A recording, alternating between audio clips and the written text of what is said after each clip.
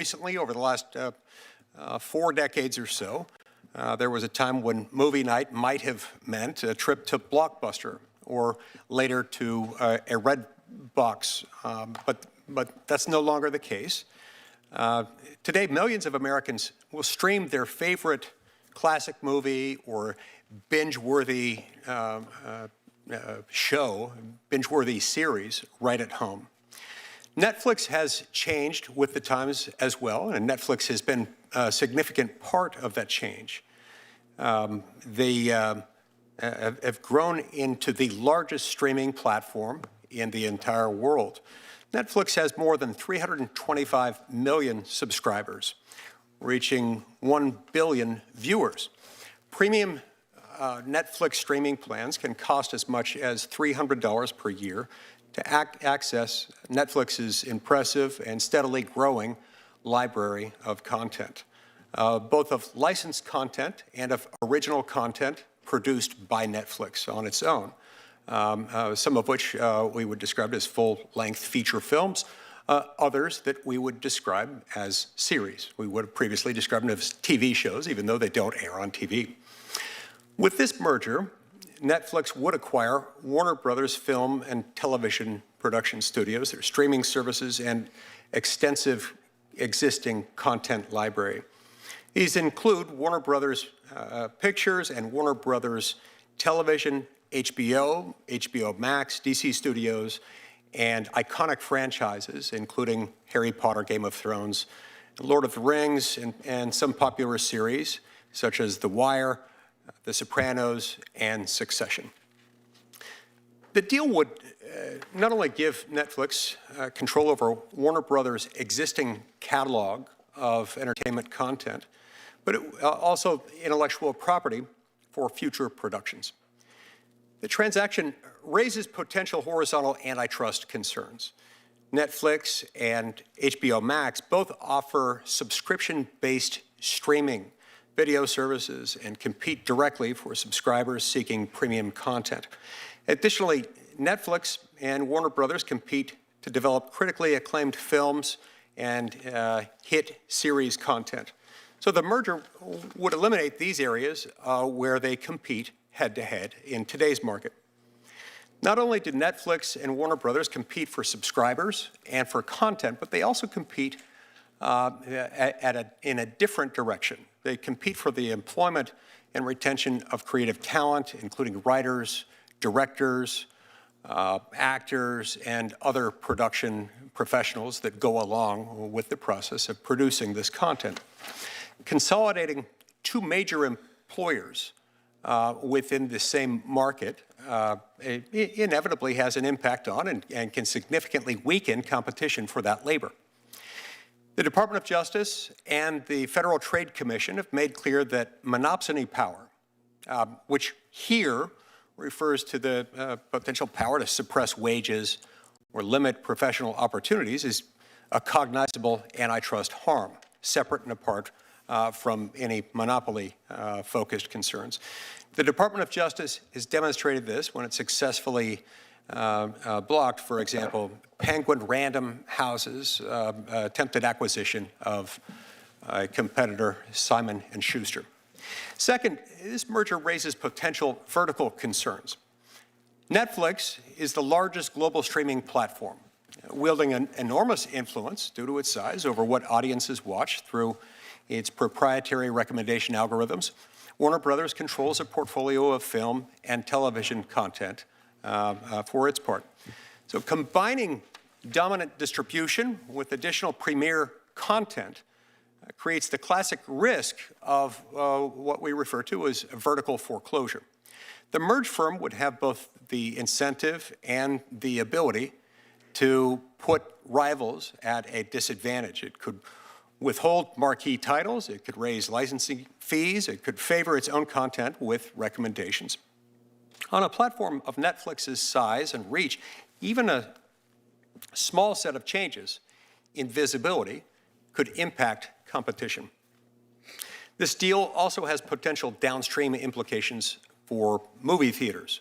Now, Warner Brothers is a central force in theatrical distribution, while Netflix is generally favored streaming over theatrical releases. This consolidation would increase incentives to divert major releases away from theaters to streaming only on Netflix. That would reduce consumer choice and threaten the viability of movie theaters. Now, these risks are amplified by data ownership. Netflix already, due to its innovation and investments in this area, has unmatched insight into viewer behavior. Combining that with the content library of Warner Brothers could further entrench Netflix's dominance and raise barriers to entry, make it harder for nascent competitors to enter the market and compete effectively. Antitrust cases are often decided on the basis of market definition, how you define the market in which the merged entity would make its appearance. It makes a big difference. In a subscription video on demand market, if it were defined in that way, the combined firm would likely exceed the 30% market share threshold, thus triggering a presumption of illegality established by the Supreme Court in longstanding precedent, the United States versus Philadelphia National Bank. Additionally, this merger does not occur in a vacuum. It doesn't occur in isolation. Netflix recently secured an exclusive multi-year agreement with Sony Pictures. This arrangement, announced really just in the last couple of weeks, suggests a broader strategy to consolidate even more premium content behind Netflix's own paywall. Even the uncertainty surrounding this merger risks weakening Warner Brothers as a strong, independent competitor to Netflix, which it currently is. So all told, one might say that Netflix seeks to become the one platform to rule them all, or at least to exercise a significant amount of market dominance. The merger raises numerous antitrust concerns. In a nutshell, consolidating both production and distribution power. If approved, the merger will likely shape in a really significant way how Americans access movies and series for many decades to come. I look forward to hearing the testimony from our witnesses. And Ranking Member Booker, we will now proceed to you and hear your opening statement. I'm really grateful for Chair Lee for organizing this hearing in partnership with my team. We both are coming at this and with a lot of bipartisan accord that we have a real crisis in our nation right now with a level of corporate concentration like has not been seen for generations, going all the way back to the trust-busting days of Roosevelt. I would be remiss if I did not acknowledge that to my left is Amy Klobuchar, who literally wrote the book on antitrust enforcement, and having her leadership here and continued focus is extraordinary. And I'm grateful to serve in between both of these individuals and just feel very grateful today. I want to thank Mr. Sarandos and Mr. Campbell for coming here. It is not fun often to testify before Congress. Sometimes I wonder if it ranks higher than a visit to the proctologist or to the dentist. I'm not sure, but it means a lot that you all are here. Proctologists and dentists everywhere are outraged by that statement. I am sure I will get letters. I'm sure I will get letters. We're going to examine a lot of the specific facts of this proposed Warner Brothers Netflix merger, but I do want to say very specifically that there is an absence. I believe that this sale of Warner Brothers to any competitor could have serious consequences for consumers and for the television and film industry. And the absence of not having Paramount Skydance here, who has made a hostile takeover, is frustrating. I invited David Ellison, Chair and CEO of Paramount Skydance, to appear today. Mr. Ellison declined, stating that Paramount, quote, does not believe it would be useful or helpful for them to participate as a witness because their offer had been rejected. I'd like to just ask for unanimous consent for this letter to be submitted into the record. I do want to thank Mr. Ellison, though, for meeting with me and I know other senators in person to answer our questions. It was actually a very fruitful conversation. It's unfortunate it wasn't in public. Paramount's still a player here. They have made a hostile bid of $108 billion, And for that very reason, I again just want to state that their participation would be really relevant to this hearing. And it would be, in fact, be helpful for Congress to question them about this effort, especially given the serious concerns that I have regarding President Trump's involvement in the deal and the allegations of political favoritism. We're in an unprecedented time where we're seeing executive power being exercised in a way that Congress should be checking.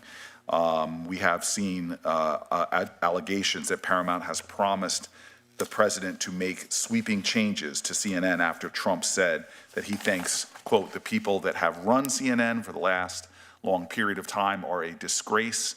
I think that it's imperative that CNN be sold, end quote. Days after the Netflix Warner Brothers deal was announced, President Trump purchased $2 million in stocks and bonds in both Netflix and Warner Brothers. I think it's outrageous for any senator, any House member, or for the president or vice president for that matter, to be trading in individual stocks when they have extraordinary insider information and influence over policies that move corporate power. This is, again, another example of the corruption that is cancerously attacking our democracy. President Trump is using government power to reward allies, punish perceived enemies, and enable private enrichment at rates we have not seen before. While ordinary Americans are left paying higher prices, consumers are suffering, and money is siphoned off to the top, leaving families and workers worse off.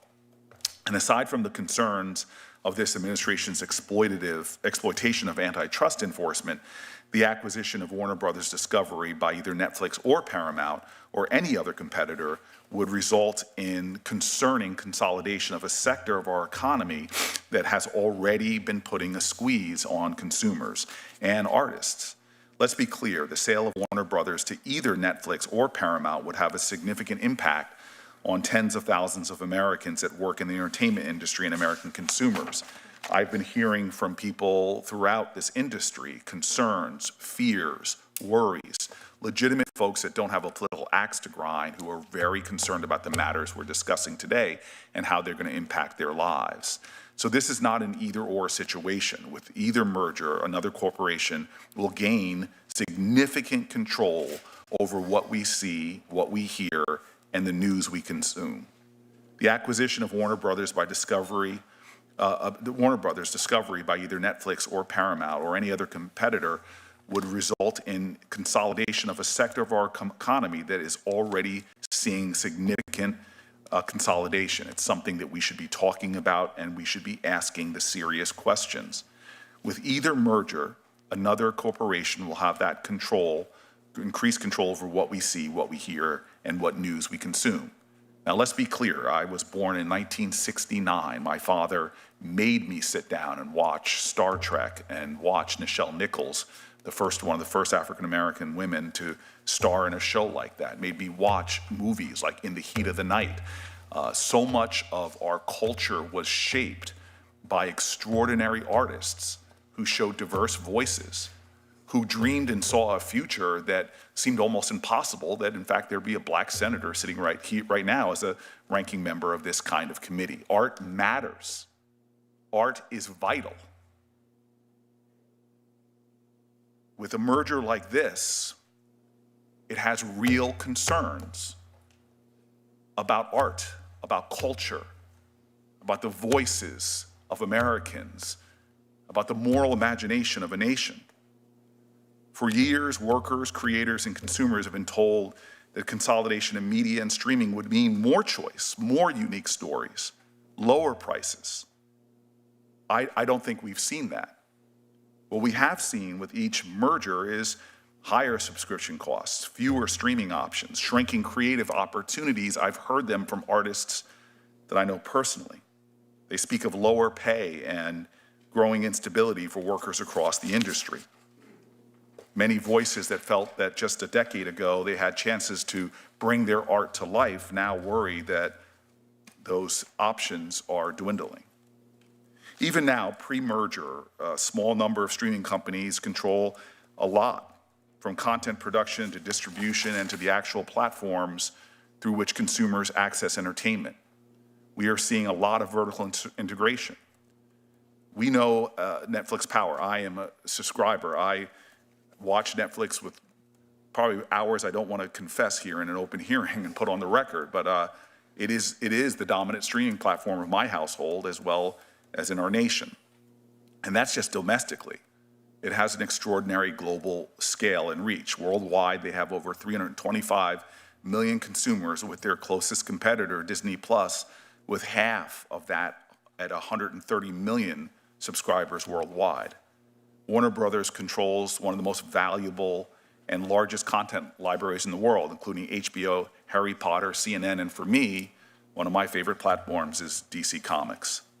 And the fact is that Netflix Warner Brothers transaction would consolidate the largest distribution platforms with one of the largest content producers, and that should raise questions that Americans should have answered.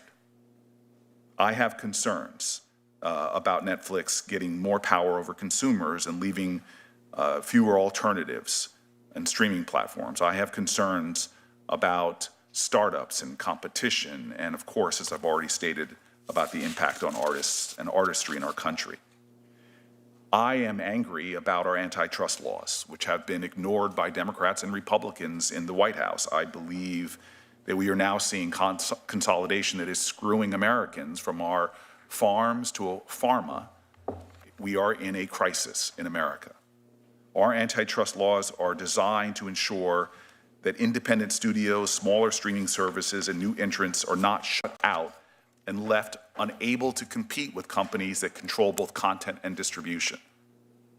The concern that so many Americans have is not just about their jobs and the prices they're paying, but as my father, should he be alive right now, would be concerned about less movies and less original story making.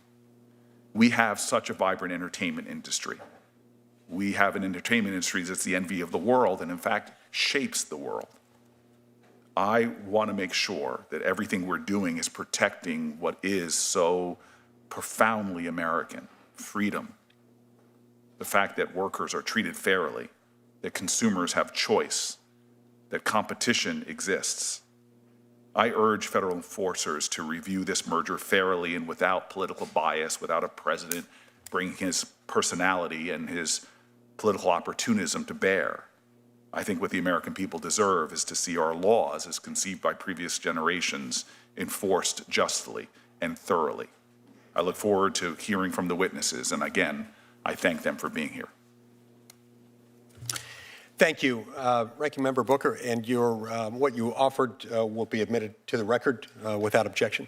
The Senate Antitrust Subcommittee is, of course, a subcommittee of the Senate Judiciary Committee. We're grateful to have the chairman of the full Senate Judiciary Committee, Senator Grassley, here with us, and we'll now turn to him for his opening statement. Thank you. Every seat in this hearing room is filled, which speaks to the great interest in this issue, and it also speaks to maybe some of the controversy with the issue. This committee is interested in this because we want to make sure the Department of Justice and the Federal Trade Commission does its job of oversight on antitrust. So I thank Chairman Lee and Ranking Member Booker for holding today's hearing on this proposed Netflix Warner Brothers transaction. We all know that America pioneered the film industry, from Hollywood musicals to John Wayne westerns and the rise of modern television. Families still enjoy watching shows together, and it remains an very important part of our culture. But how people watch these productions has changed quickly. The proposed transaction this committee will focus on today would combine Netflix, a leading subscription streaming platform, with Warner Brothers studio assets and HBO Max, another streaming service. This proposed merger could affect prices and choices.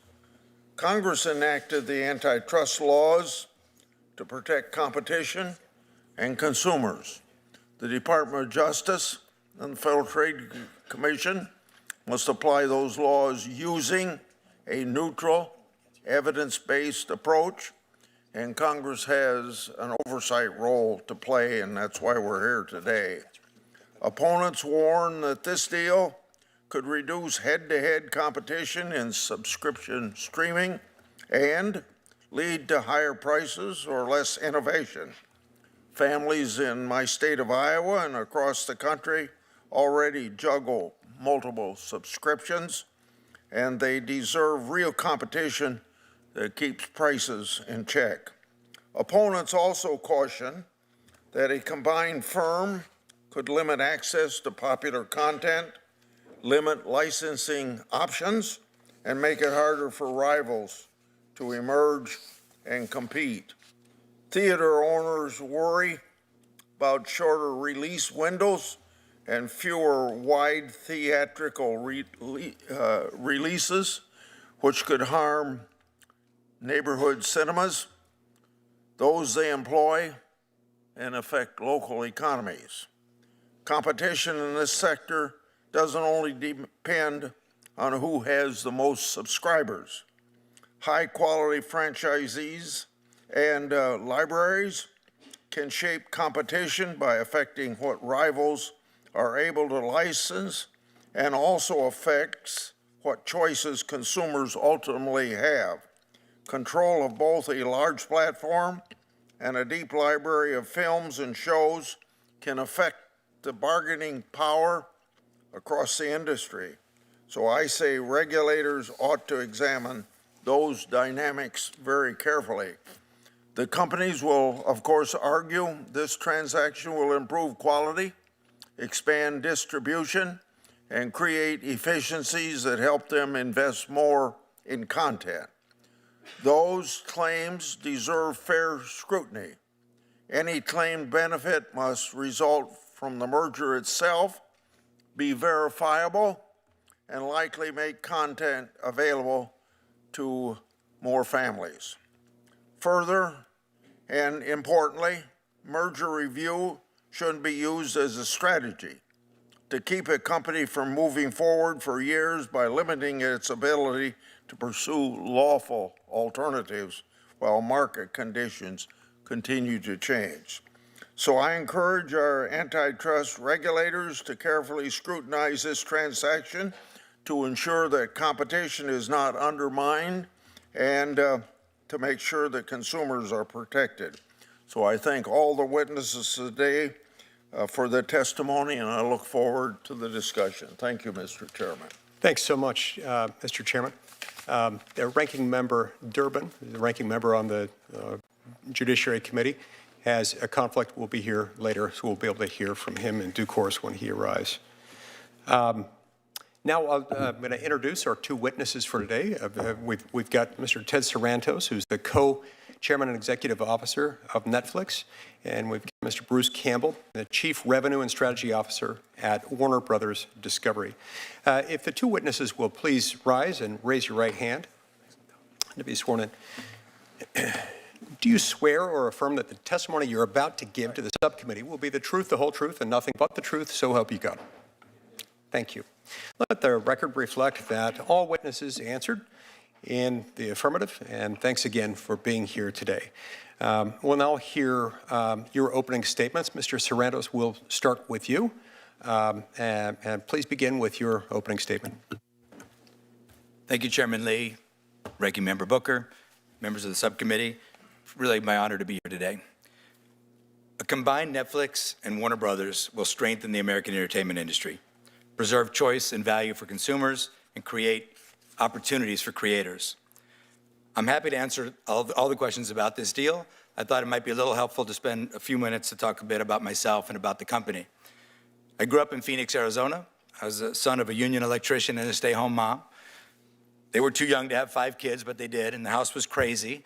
So I found a lot of comfort in front of screens, either ducking into the theater to get out of the Arizona heat, or parking myself in front of a TV, which I've did for an embarrassing amount of time. As a teenager, one of my first jobs was working in a local video store. And it was behind that counter that I learned so much about the importance of stories.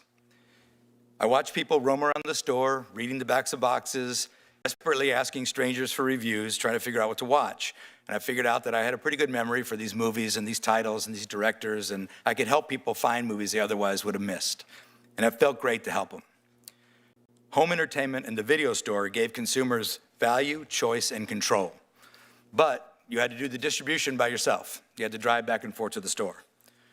That experience started a chain of events for me that led me to Netflix, which at the time had a couple hundred employees and was stuffing envelopes and using the US mail to send DVDs around the country. It solved the distribution burden for consumers, broadened choice, and deepened value. No matter where you lived, you had access to nearly every TV show and every movie ever made. But you had to stand around waiting by the mailbox to rent them and return them. So in the late 1990s, we saw how the internet was about to change entertainment as we know it today. So we built the technology to stream shows and films. Finally, fans had access to thousands of choices with total control of how and when to watch them, and at a tremendous value relative to TV. Over a decade ago, we began programming our own programming, like House of Cards and Stranger Things and The Crown, and movies like The Irishman and Marriage Story, Red Notice. Netflix productions have already created more than 155,000 American jobs, contributed $225 billion to the US economy. We have filmed in all 50 states. While other media companies have been cutting back their content spending, we have increased ours. If you're wondering if we're in this for the long haul, we're spending $1 billion right now to transform the old Fort Monmouth military base in New Jersey into a state-of-the-art production facility, revitalizing the local economy there. We also export American stories to the world. About the only place you won't find Netflix is China, because they censor us and block us. With Warner Brothers, we're going to create more economic growth and create more value for consumers. Warner Brothers' assets are very different from ours. They have a century of iconic IP, they have a world-class theatrical distribution business, and their studios produce and license TV shows to other networks and other streamers. We plan to operate those businesses largely as they are today. Netflix and Warner Brothers both have streaming services, but they are very complementary. In fact, 80% of HBO Max subscribers also subscribe to Netflix. We will give consumers more content for less. So this is not a typical media merger where you end up with what's called the Noah's Ark problem, two of everything. We're buying a company that has assets that we do not, and we will keep investing in Warner Brothers. We will preserve one of the 5 major studios in Hollywood. We'll support theaters by releasing those movies with traditional 45-day windows. And we'll keep growing the American entertainment industry. Let's be clear, TV and film have never been more competitive than they are today. And this deal will not change that. Our goal is to win the moment of truth. That's when Americans sit on their couch, pick up their remote control, and decide what to watch. That's where we compete. Today, consumers can easily choose between broadcast and cable like CBS and so many other networks, and streamers like Netflix, Disney+, HBO Max, Peacock, Paramount+, Tubi. And that also includes deep-pocketed tech companies who are trying to run away with the television business. Companies like Google's YouTube, Amazon Prime Video, and Apple. If you look at streaming alone, YouTube is the #1 platform for viewing time. They have NFL football, they have an exclusive deal for the Oscars, they have a deal with the BBC to produce original programming. Some of their creators have bigger budgets than typical Hollywood television shows. YouTube is not just cat videos anymore. YouTube is TV. This explains why Netflix, with all of our success, are only about 9% of TV viewing time in the US. With Warner Brothers, we'll be about 10%. This deal keeps one of the most iconic Hollywood studios healthy and competitive. Warner and Netflix together will create value for consumers, more opportunities for the creative community, and more American jobs. Thank you so much, and I do look forward to your questions. Thank you, Mr. Sarandos. We'll turn now to Mr. Campbell. Chairman Lee, Ranking Member Booker, and members of the subcommittee. Thank you for the opportunity to appear before you today to discuss Warner Brothers Discovery and our decision to accept an offer to merge our studios and streaming business with Netflix. while continuing our previously planned separation of our news and sports television networks into a new company, Discovery Global. The iconic Warner Brothers studios have created some of the country's most recognizable television and film productions, from Citizen Kane to Minecraft. Just last month, our films received 30 Academy Award nominations, tying our own record for the most nominations set 2 decades ago.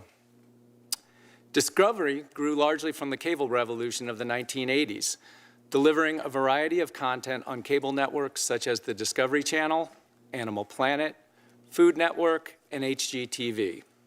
As the media landscape evolved over the past several decades, Discovery expanded its focus on digital media, delivering high-quality content across a range of platforms in addition to cable. In 2022, Discovery merged with Warner Media, which was then being spun off from AT&T to create Warner Brothers Discovery. This history exemplifies the dramatic and dynamic changes we have experienced in the entertainment landscape over the past 100 years. Today, those changes are only accelerating as consumers access video content through numerous paid and ad-supported services. Consumers are experiencing a flood of options, including expanded social media platforms, digital and interactive games, and dozens of other entertainment options that compete for consumers' interest and attention. This increasingly complicated media landscape has also resulted in considerable consumer frustration. The abundance of streaming options has made it more challenging for consumers to find the content they want. Advertising revenue is also less stable due to marketplace changes such as the move to on-demand streaming services and the rise of social media. At Warner Brothers Discovery, we have continuously sought to innovate and respond to the changing marketplace. The 2022 merger gave us the ability to identify and align common business strategies. We found our alignment with our combined collection of sports, news, and other cable networks. And we saw a different collection of business opportunities with our studios and streaming business. We concluded that the company would be best served by separating the studios and streaming division from news, sports, and entertainment networks, such as CNN, TBS, and HGTV. Last summer, we announced plans to split into 2 companies, Warner Brothers and Discovery Global. The separation strategy was designed to position each company for long-term success by enhancing the strategic flexibility and sharpening the competitive focus of each entity. That decision prompted others in the industry to look anew at the company and our world-class collection of media franchises, brands, and properties. Last fall, we began to receive various outreach and offers, including most significantly from Paramount Skydance and Netflix. Our board responded with a full review of the company's strategic options. Paramount Skydance, Netflix, and another company made a variety of offers that our board considered carefully and fully. Ultimately, after careful evaluation of the competing offers, our board unanimously determined that Netflix's offer was and remains the best opportunity for our company. In this proposal, we saw a compelling and unique opportunity to combine our existing separation strategy with the strengths of Netflix. This vertical merger permits Netflix to expand its nascent movie and television production capabilities with the addition of the Warner Brothers studio assets. It gives our production capabilities access to Netflix's popular and consumer-friendly streaming and distribution platform. The merger also permits us to continue our planned separation of the global networks business, which we continue to believe is in the best long-term interests of the company. At the same time, the board continues to review and evaluate additional offers as they have been received to determine if any are superior to the Netflix offer, consistent with the board's obligations under law.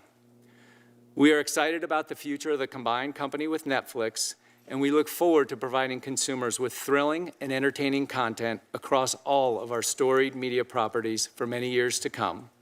Thank you, and I look forward to answering your questions. Thank you so much. All right, we're now going to proceed to questions. Each senator will have 5 minutes to ask questions per round, and we'll alternate between Republicans and Democrats in order of seniority subject to the early bird rule. And as I mentioned earlier, Ranking Member Durbin has had a conflict, so when he arrives, we'll hope to hear his opening statement as well. Mr. Sarandos, why don't we start with you, if that's all right. Now, Netflix, under current conditions, that is pre-merger status quo Netflix, it produces and distributes its own scripted long-form, full-length feature films, TV shows, documentaries, and series, correct?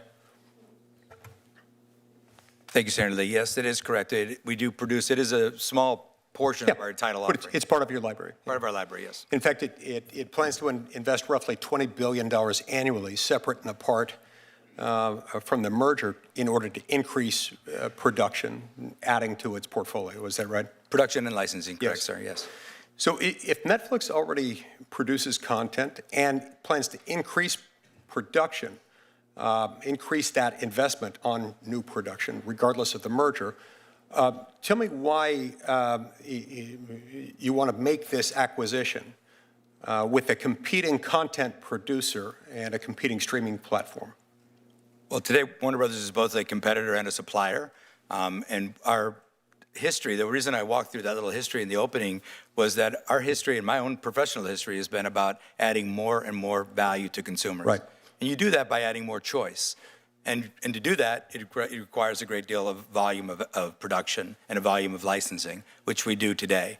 I would say, too... By supplier, you're referring to the fact that through licensing arrangements, you already... Correct. We license television series air, and film well, you from don't really air, you stream some of their content. Correct. In movies in various windows, and in original series and licensed series as well. Now, YouTube does not invest in producing original content, at least not in the same order of magnitude, not anywhere near what Netflix does. Is that right? I can't speak to their specific economic impact. I know that they do not share the risk with the creators in doing that.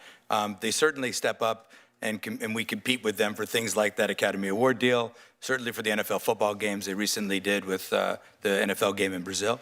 Now, So yes, they do spend a great deal of money on content. Now, YouTube does share advertising revenue with users, primarily, I believe, with users who do produce their own content.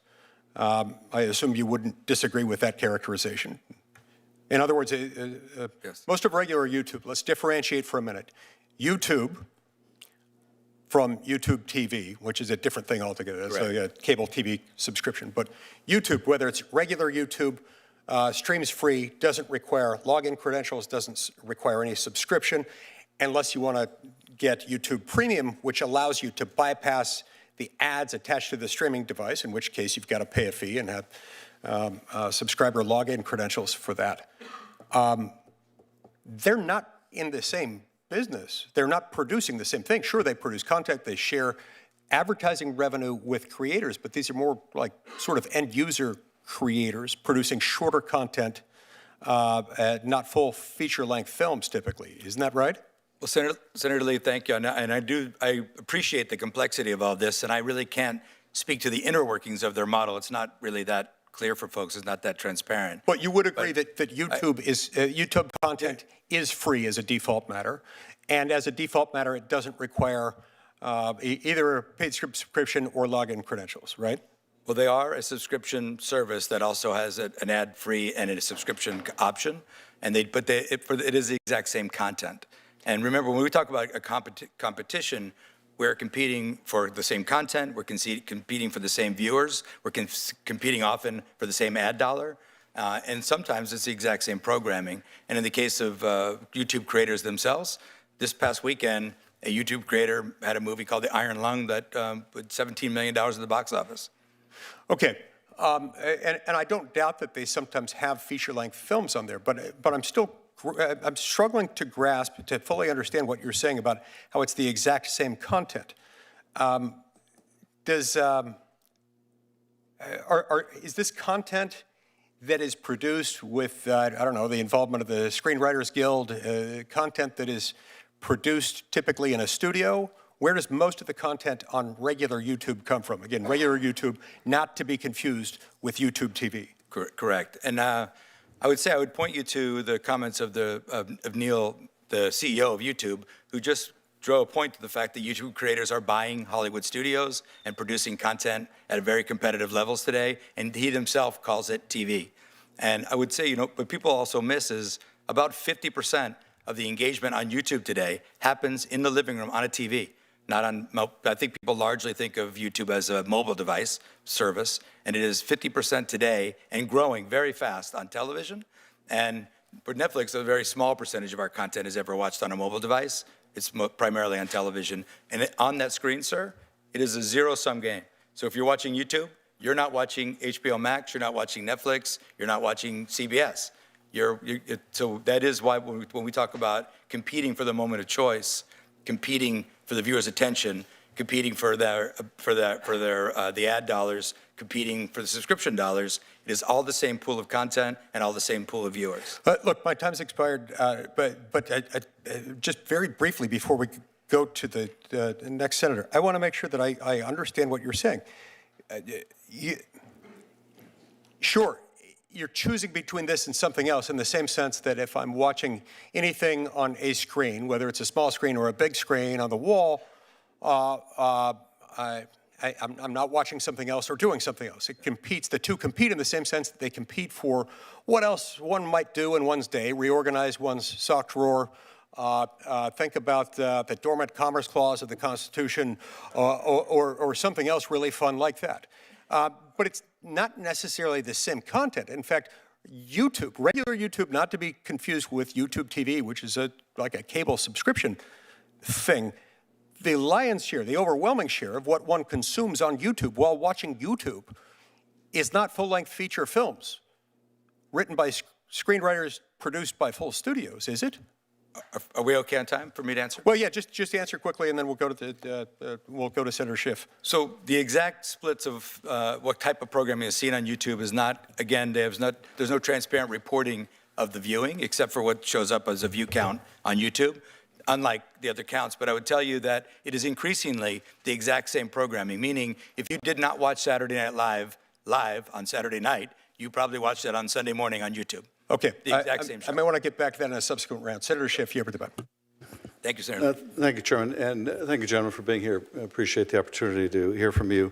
Mr. Cameron, let me start with you. Most of, I think, well, a lot of my concerns, whether it's this merger or the proposed Paramount merger, have to do with the impact on the workforce, impact on consumer choice and cost, among other things. Most of the media consolidation we have seen has not resulted in lower costs for consumers, but has resulted in a lot of layoffs and job losses. Do you think that will be the case here? That is, as a result of this merger, should we expect there'll be a round of layoffs, and how large? Should we expect consumer prices to go up? And if not, why should we think this will be the exception?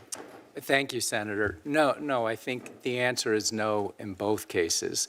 One of the reasons that the Netflix offer appealed to us so much at Warner Brothers Discovery is, to Mr. Sarandos' point, that they don't have the type of film studio and film distribution infrastructure that we do today.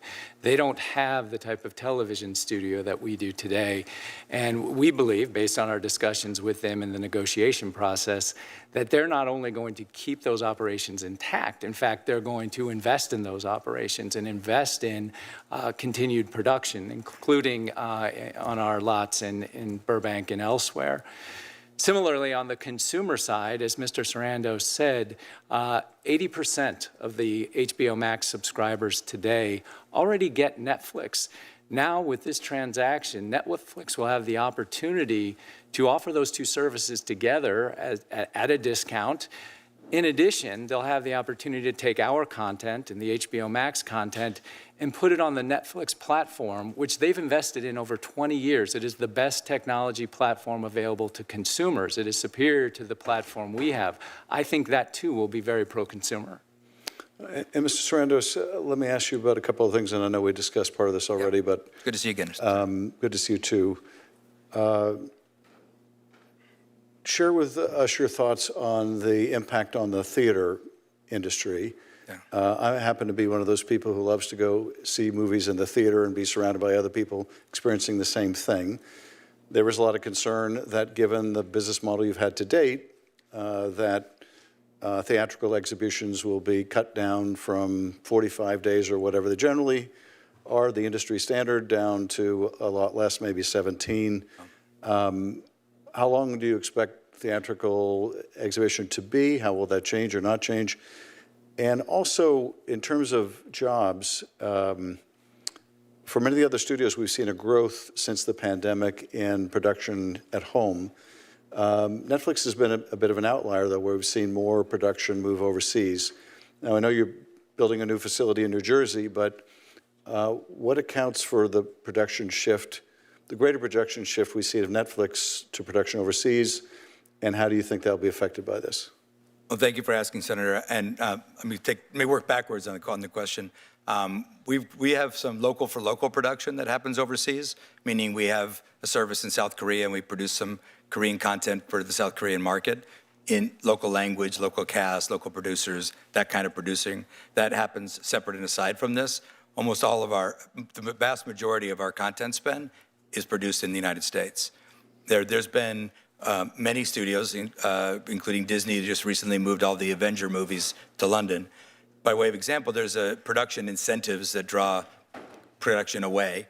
What I've been doing for the last several years is working with the state of New Jersey to create an incentive that competes with that UK incentive and brings production home. We're building that big studio in New Jersey for that. Since that incentive passed, we had 11 projects. 7 of them were slated to go to the UK, pulled back into New Jersey.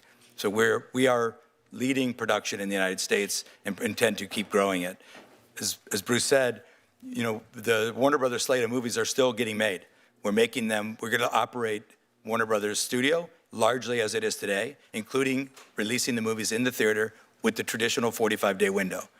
Now, I know I've earned some skepticism over the years on this because I was talking a lot about Netflix business model, which was different from that. We didn't own a theatrical distributor before, we do now, and a great one. They did $4 billion in box office last year. So that's all baked into the price of this company that we're looking at, and we want to keep that going and invest further in that. So this will continue to push up those jobs that we talked about and push up that production primarily in the US. So this will keep the theater business intact. This will definitely keep production in the US growing. I think what we've done in New Jersey is going to change the course of production in the US completely. And I think other states will see the value of that as well. Well, this gives me a perfect final opportunity to do a little self-promotion, Mr. Chairman. I have a bill that would provide a film tax credit analogous to what's been driving film production overseas that's offered in other countries, and would welcome anyone who would like to work together. Greatly support you on that, Senator. Thank you very much. Thank you, Senator Shipp. Senator Hawley.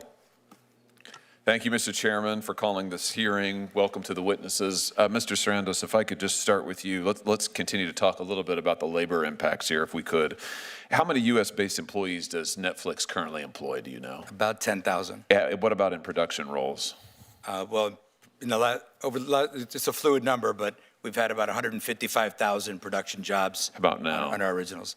At any given time, I don't know the number exactly, sir. I can follow back with your staff, though. Warner Brothers, how many U.S. production jobs? I don't have the exact number, but it would be, I would think, in the 8,000 range. Okay. Here's my question. If this merger goes through, what's your projection about the amount of domestic production, say 2 years from now? Is it going to be static? Is it going to decline? Our production is going to increase. Domestic production. Domestic production Employment. is going to increase. Most of our production is domestic, and it will continue to increase. We've recently forecast our content spend, independent of this deal, to grow to $20 billion. And that's a combination of licensing, producing. Now, those licensing dollars compel production as well. That's why it's hard to get an exact number. Let me show you the data here about U.S. production recently. Yeah. It's the red line here, starting from in 2021. You can see it is pretty much straight downward There's been massive shift in production, as I think as Senator Schiff was alluding to just a moment ago, massive shift in production overseas to other foreign jurisdictions, leaving the United States. So will you commit to increasing domestic United States production and domestic United States production jobs? Did I hear you just say you would? Senator Hawley, absolutely. It's in our business plan. It's in our long-term operating DNA. I will point out, sir, respectfully, that chart is Los Angeles. Yeah, but it is Los Angeles, but if you look at the data, it is reflective. This reflects all of U.S. production. U.S. production is not going up, right? But some of these jobs have moved. It's going Some of these down. jobs have moved to Yeah, New but the Jersey. overall numbers are going down, and this is exactly the concern of labor. And without objection, Mr. Chairman, I'd like to enter into a statement for the record from the Teamsters, who have major concerns about this deal, as does, frankly, pretty much every segment of labor, Mr. Sarandos. And what they all say is they're worried that you're going to cut residuals, which is effectively payments. You're going to cut production jobs. So let's just go through a few commitments here. Will you commit to using union labor for all domestic shoots? We do use union labor. Will you commit to using it in the future for all of your domestic shoots if this deal goes through? Senator Hawley, we do use, this is the most unionized industry in America, and we use union labor on all our production. And you're going forward. I'm looking for a commitment. You have my commitment. Will you commit to a 45-day or longer theatrical release window for major Warner Brothers films? Senator Hawley, I just said that I would do that under oath, so yes. Good. And will you commit to fairly compensating your workers in the industry with residual payments? Well, our top of market payment has been Netflix business philosophy since we started operating over 25 years listen, ago.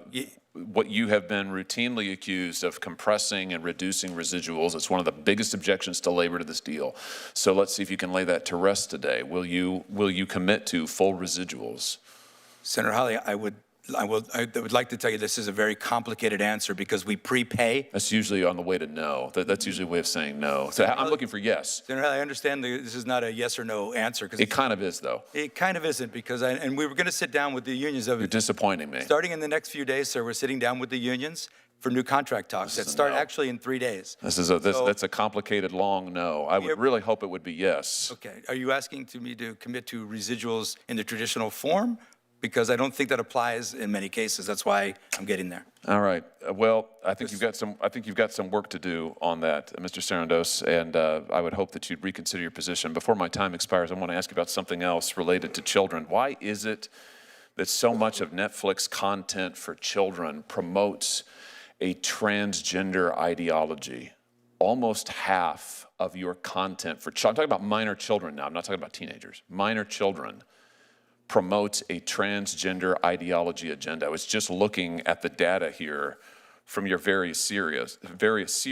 And what concerns me is just 2 days ago, a jury in New York awarded a former transitioner $2 million because she said that her psychologists and others pressured her into, they pushed on her an ideology that proved to be extremely detrimental. I'm sure you know that in the UK, the National Health Service in the UK has said that they're not going to perform transgender surgeries or any longer so-called gender-affirming care for minors, including in counseling, because it is so incredibly detrimental.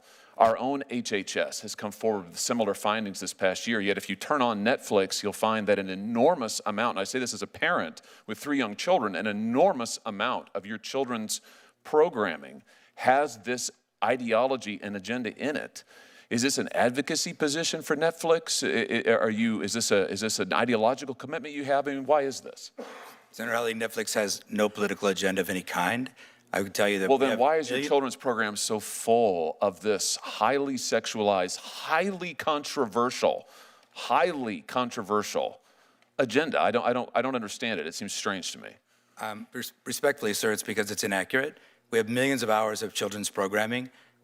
You're saying it's not there. You don't have trans. You don't feature trans characters, trans storylines, trans themes. It's not in your programming. I'm saying we feature a wide variety of stories and programs to meet a wide variety of people's tastes. Why is almost half of it? Why does almost half of your children's program feature this highly controversial, highly sexualized material? That just seems strange to me. It can't possibly be a reflection of the population. Senator Hawley, I don't have any idea where that number would come from or what that would be. I don't believe that's been your personal experience, but I can't speak to that. Well, what do you mean you don't think it's been my personal experience? You don't think that I monitor what my children watch on your... Here's what I tell you what my personal experience is since you bring it up.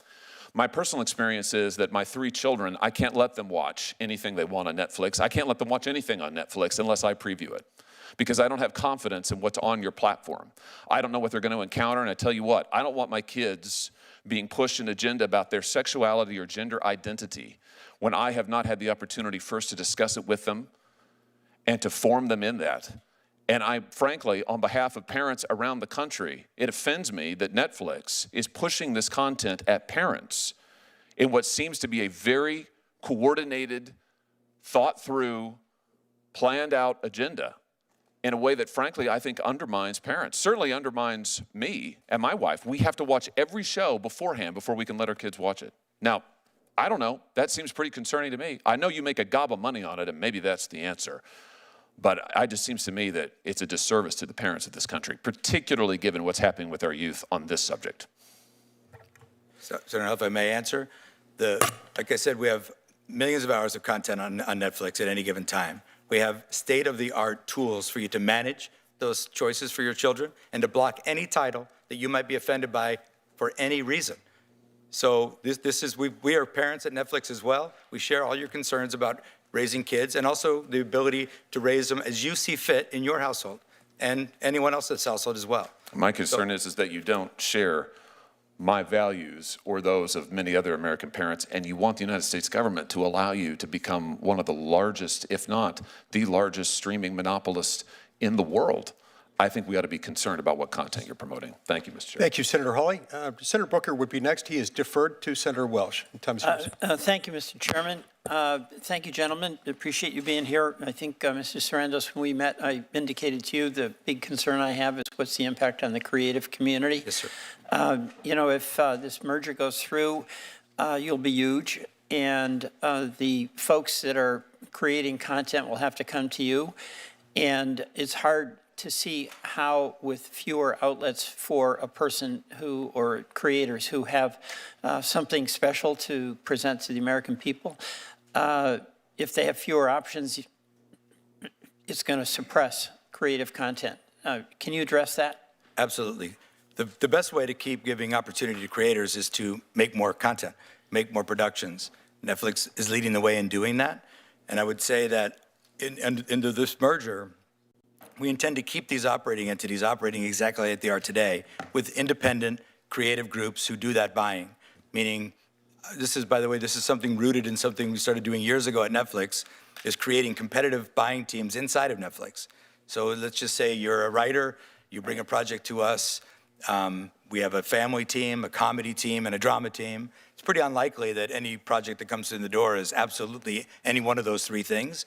You can pitch it to all three teams, No, and one may pass and one may take it. You explained that. So, Yeah. But if I'm a creator, I come to you, you've got these teams, you want to get my content, but my options to go elsewhere after a merger diminish. And of course, there's been a wave of mergers in the entertainment industry preceding this proposed plan. You also have a business responsibility to Netflix to control cost. One of the ways you control cost is you pay me as a creator less. And me as a creator, if I have fewer places to go, there's less competition for you. Isn't that dynamic, like real and inevitable with this merger? As I said, so we're keeping every one of those buying entities open for business, meaning that if you don't sell your show to Netflix, you can sell that show to HBO. If you don't sell it to Netflix for feature film, you can sell it to Warner Brothers. And all 4 may want it, and it's very common in the business. I'm sure Bruce could talk to you about how CNN has bid against HBO for documentaries at Sundance Film Festival. Happens all the time. Everyone is focused on doing best by the consumer. Okay. And the way Let we me win ask- is to get the best product for the Right, consumer. thank you. I'll ask Mr. Campbell. What I understand is that the Writers Guild of America, after the Warner Brothers Discovery merger in 2022, the merged firm canceled and wrote off about $2 billion in content. That's true, right? After the merger, there was a significant write-off. That merger included a significant amount of debt being put on the combined company, so at least initially we had some meaningful financial considerations. Since that time, we've invested significantly in content, and our content investment has grown every year. This is really the question that I need to be answered. I think it's incredibly important that we have more content, not less. I think it's incredibly important that we have creators and writers and producers having an opportunity to get their story to us, to try to get the benefit of stories that are told to America about our own experience. And it's just hard for me to understand how, if there are fewer buyers, where there is less opportunity for competition, it's going to result in more content. You're telling me I'm wrong? No, we know as a successful studio, both on the television and film side, the way you're successful is by convincing the creative community that if you come to your studio, you're going to get a fair shake. And as Ted has... There's something wonderful in the culture of a good company, right? And Warner Brothers has done extraordinary things. But it's really, as I understood it, been really committed to movies and creating incredible movies. Netflix is astonishing in what it's done out of nothing. It creates streaming, which is very, very popular. All of us use it. But those, if you're going to be in charge of Warner Brothers, you'd like to say that nothing will merger, that nothing will change, and it'll all be better. So prove it. Senator Welch, I'd like to explain that because, like I said earlier today, most media mergers have fared poorly. I agree. Mostly because one of two reasons. Either you have the Noah's Ark problem, you bought a company that has the exact same sets of assets that you do, so that's all you do is cut everything in half and look for the profit, squeeze it out. That's not what we're doing. We don't have any of these assets that we're buying from Warner Brothers. The other problem usually is a company that doesn't have particular expertise in that business, and they wind up just sucking cash out instead of putting cash in. We have a particular expertise in this business, and we have a strong, healthy balance sheet to keep investing in this business. Now, it is different from previous media mergers, I know that. But I will tell you, I've been at Netflix for over 25 years. We have done, every year we've been successful by doing things differently.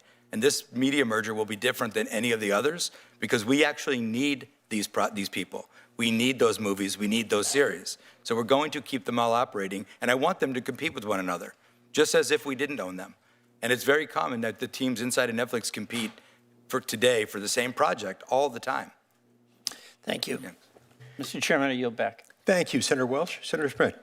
Thank you, Mr. Chairman. Mr. Sarandos, you are currently the co-CEO of Netflix, is that correct? That is correct, sir. Yes. Okay. And until recently, you were the chief content officer, is that correct? It's been a couple of years now, yeah, but yes. Okay. Do you think Netflix is a powerful company? We're a successful company. Okay. I think it's pretty powerful. That's probably why we're here today, right, to judge whether or not it becomes anti-competitive in some particular way because of the power that it wields.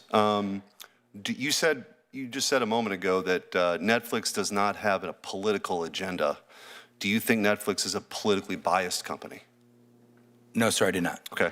Would it surprise you if I told you that, what percentage of donations from Netflix employees and other folks affiliated with Netflix go to Republicans versus Democrats, do you think?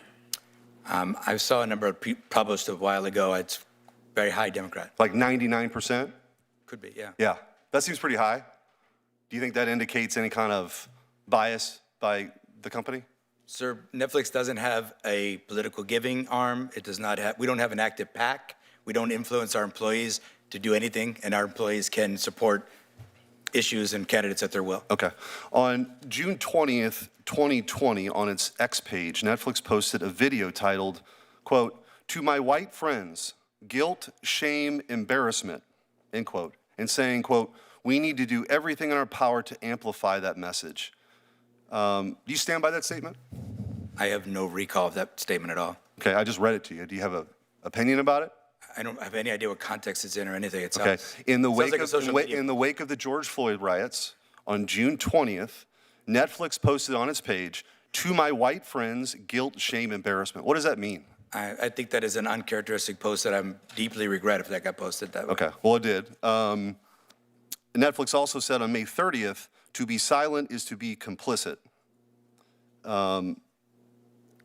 Okay, I was just reading you some things that Netflix posted at the time. So you don't stand by that statement then? As I said, sir, we have no political agenda, posting something like that would be quite political, but Right. I would agree. Yes. I would agree and with you there. I would say, I hope that wouldn't happen again. Okay. Netflix also said on June 10th, 2020, that to implement the BLM, the Black Lives Matter agenda, Netflix understood, quote, that our commitment to true systemic change will take time. Do you still think that takes time? Are you still actively engaged in this effort? Again, so we're not engaged in political efforts like that. Okay. Any longer? You're not, you were, but you're not now? I can't think of a period of time. Okay. I think of the time you're talking about was quite a volatile time for many companies. I think a lot of people said things they regret then. I'm just trying to figure out if they actually regret it or not. I'm not going to get into your quotes on DEI, but it seems that both you and Netflix both have made a habit of promoting DEI and wokeness. I'll just give a few examples. Netflix content is synonymous for the modern phenomenon of race swapping, both historical and real and fictional characters. Just a few examples. Netflix made Black Vikings. Netflix changed Cleopatra from Macedonian to black. Achilles changed from Greek to black. Netflix overtly sexualizes children in its Cuties film related to preteen girls. You mentioned earlier that you can block for titles. I'm not sure blocking the word cuties would shield kids from the over-sexualized content in Cuties, so I'm not sure that's sufficient enough. Netflix continues to push sexual and gender theory on kids, and maybe this is what was being referred to earlier. 41% of G-rated, kid-approved series contain LGBTQIA+ content. You are the co-CEO, you were the chief content officer until recently. Yes or no, does Netflix stand by its content production decisions? Senator Schmidt, we have a great deal of programming on Netflix for all left, right, and center. We have state-of-the-art tools for parents to manage what their kids see on Netflix. You can block anything. What you just described is exactly how it works. You block that title. But why would I block Cuties? What would, if a G-rated movie came out called Cuties, why would I have any belief as a parent that it would be related to over-sexualized kids? That film you're speaking of is a MA-rated adult movie for adults, not for kids. And the larger point, sir, is that of all the American values that we all share, and I understand parenthood is hard, I understand it's a difficult world that we all navigate, but the one we value a lot is the First Amendment. A lot of that is freedom of speech. And, I get it. What I want to do is give creators a place to tell their stories and parents a place to control I have no parents. problem with a wide variety of content. That's not the issue. This is America. But I guess the point I'm making is that your company has made overtly political statements, has moved an agenda of DEI. You have Susan Rice on your board, the founder of sort of Barack Obama's DEI agenda. 99% of your employees contribute to Democrats to the tune of hundreds of millions of dollars. Your content's over-sexualized for kids. You're engaged in this very woke programming, overwhelmingly. You do have some other options, but overwhelmingly. So the question before this committee, and you come before Congress, why in the world would we give a seal of approval or a thumbs up to make you the largest behemoth on the planet related to content? It seems as though you have engaged in creating not only a monopoly of content potentially, but the wokest content in the history of the world. So forgive me if I'm a little concerned, not only as a parent, but also that somebody believes that we ought to have a wide variety of content options. There are some, but the overwhelming majority of your stuff right now is overwhelmingly woke, and it's not reflective of what the American people want to see. So respectfully, if you ask a Netflix member today, or a consumer today generally, how they view Netflix, I think that a proof point that we might be doing the right thing is they talk about Netflix in the exact same terms as they talk about the country. About 40% conservative, about 40% liberal, and about 20% don't know. You can look for and you can search for a character, an image. But that's not what it is. Those are not the statistics I gave you. I don't know what those statistics The 40% of your content for G-rated stuff has LGBTQIA themes. So they don't, I respectfully don't know how they We're happy to follow up, and I'd love to get a response. I'd love to engage with your staff to figure out how they We'd love to continue the get to that conversation. number. Thank you. Thank you, Senator Schmidt. Senator Booker, you're next. I'm getting back to the subject of antitrust. Thank you. I guess I just want to start with asking for unanimous consent. Maybe, Mr. Sarandos, you and I talk about it. I just want to enter into the record statements and letters from stakeholders in the entertainment industry, from a lot of respected groups that believe they'd be harmed by this merger, and they include Cinema United, the largest trade organization in the world representing exhibitors and the owners of movie theaters, a statement from the Future Film Coalition, a national alliance representing filmmakers, producers, distributors, and other impacted workers, a letter from the National Hispanic Media Coalition, Committee for the First Amendment, Writers Guild of America West, and other orgs that are opposed to this Warner Brothers acquisition by either Netflix or Paramount, and a letter from the International Documentary Association opposing any consolidation between major studios in Hollywood, as well, finally, as a letter from the American Economic Liberties Project urging the state attorneys general to block the proposed anti-competitive Netflix Warner Brothers Discovery transition. Chairman, can I introduce these to the record? It'll be admitted to the record without objection. And I guess my first question would be, why such a universal set of concerns, if not fears, that organizations who represent theater companies, who represent artists, who represent producers and directors, it seems pretty universal to me that people have a level of sophistication more than any senators about your industry seem to be really concerned. Could you shed some light on that? Yeah, I would have to start, Senator, with the fact that the industry has been under attack for 5 years now. The pandemic, a prolonged strike, production downturn for companies trying to squeeze more profits out of their businesses. Now, we've not been doing that, and we got through the strikes, and we got through the pandemic, and keep producing and keep growing. But anytime there's change, the parties that you just discussed get nervous, and rightfully so. They need to know that people are looking out for them, and we are looking out for them. I mentioned in the theaters, I have been asked to give a blood oath about the 45-day window. I think giving my testimony to you under oath is good enough. And I've known you personally for a long time, and to be a person of integrity.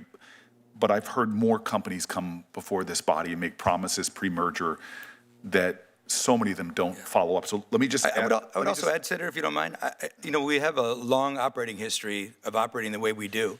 So I think we could point to our track record of expansion and growth and more and adding more value to consumers. So if I may ask a direct question, then will this be a fully exclusive 45-day theatrical window? Fully exclusive to theaters, yes. And will this be self-enforced? In other words, if you fall short of that?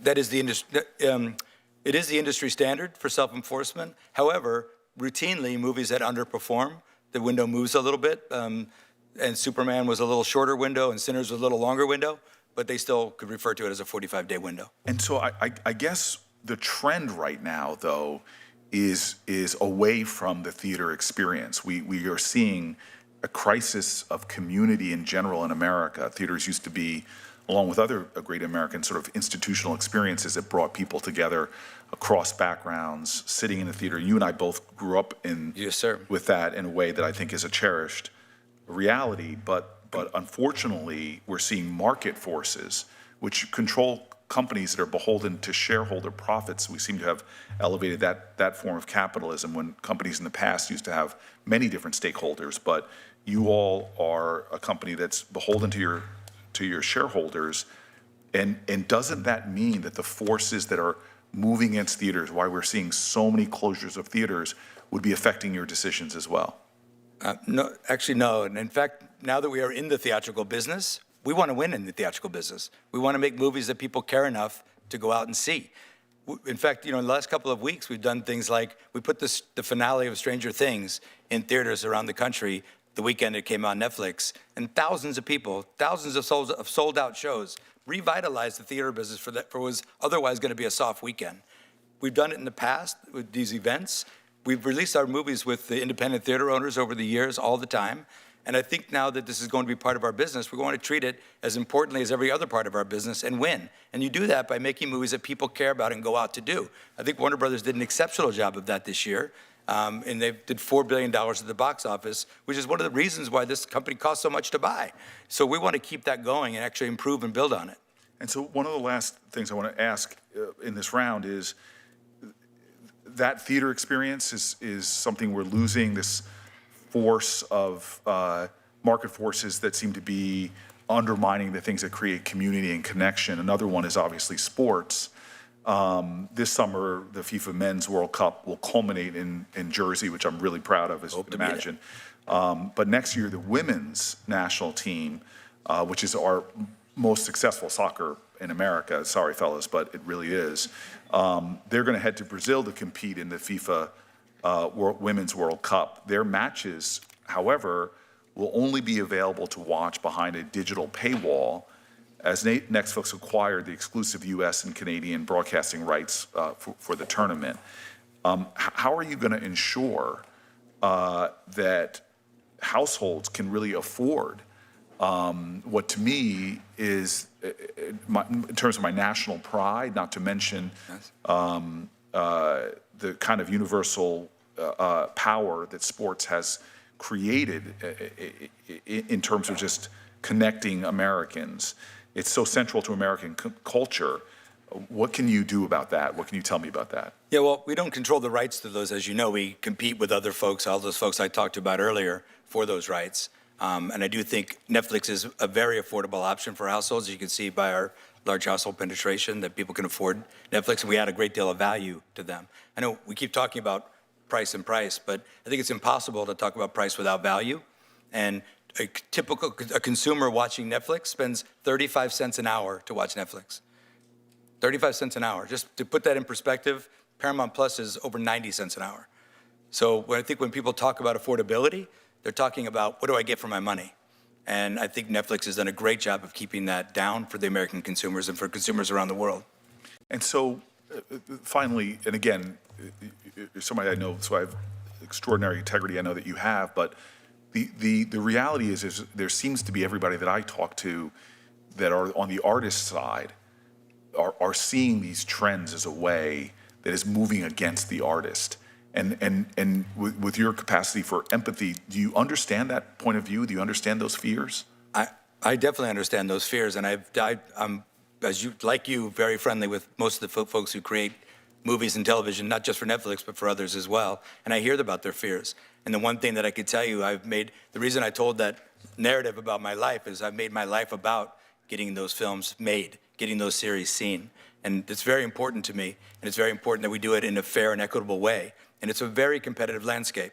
When you have your show, it's not like just the two of us are buying it. When you have your show, you have many places to take it to. And it's not always perfect for everybody. But when it is, if you work at it and get it on the air, you will. Same thing with movies. Thousands and thousands of movies get submitted to Sundance every year. Only about 400 of them get seen in theaters. Thousands of them get seen because of streaming. So I do think it's important that all of these things work together. And the streaming window, or the pay TV window that Senator Lee talked about earlier, that's the value unlocked to consumers. And that helps fund.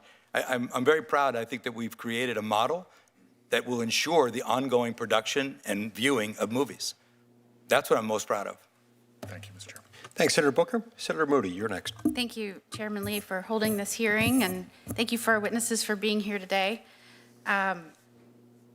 You know, I think when there was an aside comment, like, let me get back to antitrust, as if the concerns that were raised because we'll have fewer players in this market is not something that's related to antitrust. Indeed, antitrust laws were created to ensure that there's meaningful competition to protect consumers, correct? Correct. And some of the issues raised by parents, both parents, young children in school, I'm a parent, young child in school, a lot of those concerns came up because more and more and more of the content that was produced or made available through your streaming service had to be screened or vigilantly watch their children as they're watching TV to make sure that they're watching things that were acceptable in their household. You would agree?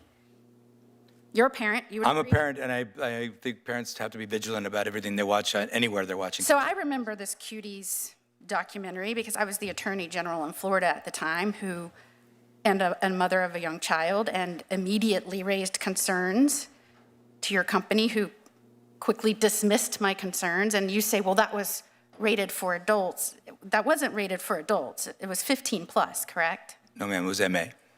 You were indicted by a federal grand jury for that content at one point, right? Or excuse me, a state grand jury in Texas for the content of that? I don't recall. I don't recall. I believe it was 15 plus. And in Maybe I'm wrong. Okay. But in my world, that's not for adults. And we could debate that and use up all my time talking about that. But I think what was being presented to you is there is, in some families, and many families across America, there is highly objectionable content on your streaming platform, but it's becoming a more and more prevalent streaming platform in America. You were confronted with some prior statements that you had made, and you said in response to that, I hope that wouldn't happen again. Very aspirational. Any parameters that have been put in place or policies that have been put in place to make sure that doesn't happen? I'm sorry, Senator, which one are we speaking of? The previous- numerous statements that were put forth Yep. by Netflix. Sure, what I said. You said, These are so, I hope that wouldn't happen again, as if just by a wish and a prayer, it will never happen again. But are there policies in place that would prevent statements like that? there are policies in place. Our social media postings are not a place for politics. Our business intent is to entertain the world. It is not to have a political agenda. There are policies in place that to make sure. What I'm saying and is we're that here- these and are people who One do second, it. we're here because you're proposing to become even larger. And if there are folks across America that are already struggling with their limited options, you're proposing you become even larger, and I am just saying, maybe that shouldn't have been a joke. Let's get back to antitrust. Let's truly talk about whether there are going to be options. In fact, we need to make sure that indeed these laws are protecting American consumers as they're meant to, and they're not just, and Chairman Lee's concerns that they're not just a way for government to choose winners by stringing along acquisition, which I saw in the Biden administration happen. Do you think that, and I know you say that this might help with costs, that costs to consumers may go down? Or do you believe that you're going to have to put in place some sort of agreements to make sure that the competition remains strong and that consumers are protected in costs? Well, Senator, as I said earlier, this does not present a concentration risk that would require remedies like that. Our prices have gone up slower than all of our competitors, and as I was just saying to Senator Booker, they also offer much more value for the money. Again, I think consumers feel value in what do they get for their money. Am I wrong? In the last 10 years, hasn't Netflix costs already doubled? I'm not sure of the math. I do believe that streaming costs across the board have gone up for consumers. Well, the in our Netflix case, costs in the last 10 years have doubled, and that outpaces the rate of inflation. we have multiple tiers of service, so I'm not sure that that's true. Are there guardrails that you're proposing that might ensure that this merger doesn't increase prices to consumers?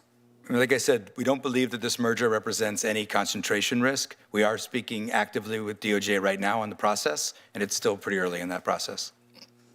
Thank you, Chairman. Thanks, Senator Mooney.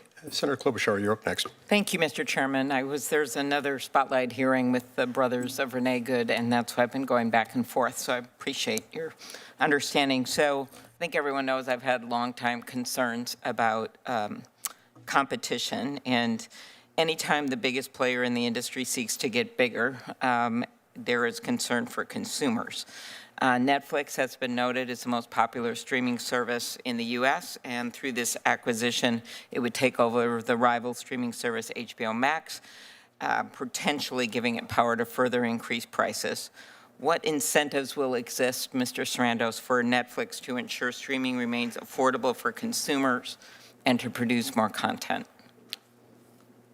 First of all, thank you so much, Senator. Good to see you. I'll tell you, the incentive is the business model that we've created.